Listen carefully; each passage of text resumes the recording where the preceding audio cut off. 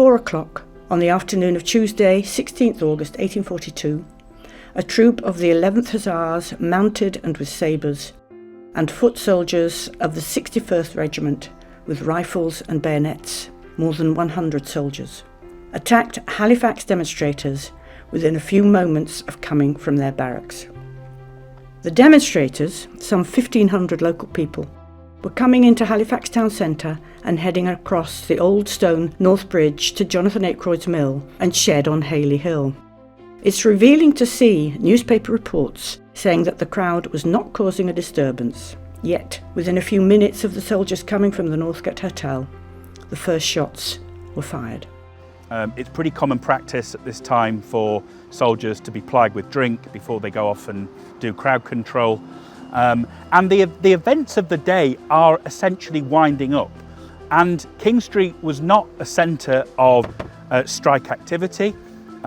If there had been any sort of marching here towards the end of the day, it was all quiet.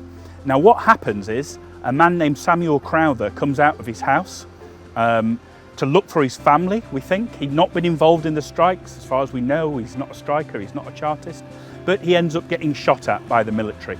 The Hussars, who are making their way through the streets, ostensibly on their way back to the barracks, they are indiscriminately shooting. They're out for blood. So Crowther is an innocent bystander who is in the wrong place at the wrong time, comes out of his house to look for his kids. The military open fire at him. He then goes back into his house. I think the presiding magistrate says, "Oh, I think you've shot him," and the Hussar says, no, we've just scared him, that's why he's gone back into his house. But thanks to the reporter from the Leeds Times who was around and knew about this, we know that Crowther was actually shot. Not fatally so, but in his case it leaves him with a lifelong disability. He's unable to work, he's a nail maker by trade, but he's unable to make a living from that after his injuries. He's also a veteran of Waterloo. He's been a soldier himself. He has a very small army pension. I think it's twopence a day, but it is not enough for him to support himself and his family. The other reason we know about him is not just because of the courageous reporting of the journalists from the radical Leeds Times, but the MP Thomas Slingsby Duncombe, who is one of the few voices in Parliament who stands up for working class rights. He's a Chartist. He is informed about Crowther's plight, and he wants there to be effectively an inquest into the actions of the military during the strikes of 1842. We do know that people died. Some people died, including here in Halifax. There were also innocent bystanders who were shot in other places, such as Blackburn.